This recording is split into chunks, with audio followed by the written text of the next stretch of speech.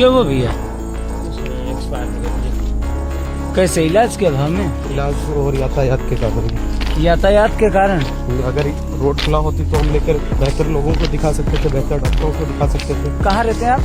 हम रहने वाले हैं दुधवा रेंज के अंदर रहता है, किशनपुर गाँव कटैया से आपके निवासी है। यहाँ पे चाचा के यहाँ पे रहते हैं, स्टडी करते हैं, यहीं पे रहकर स्टडी करते थे। पहले से बीमार थी? 8 दिन पहले बीमारी थी तो ऐसा कोई दिक्कत ही नहीं हुई जी। 2 दिन से बहुत दिक्कत मालूम हुई तो ऑक्सीजन सिलेंडर लगाया रहता था, तो कुछ बेहतर बोला कि ठीक हो जाएगी, ठीक हो जाएगी, ऑक्सीजन लगती नहीं। फिर आज जवाब दे दिया? बस यही बोली पापा को, जवाब बोली दोबारा उठी।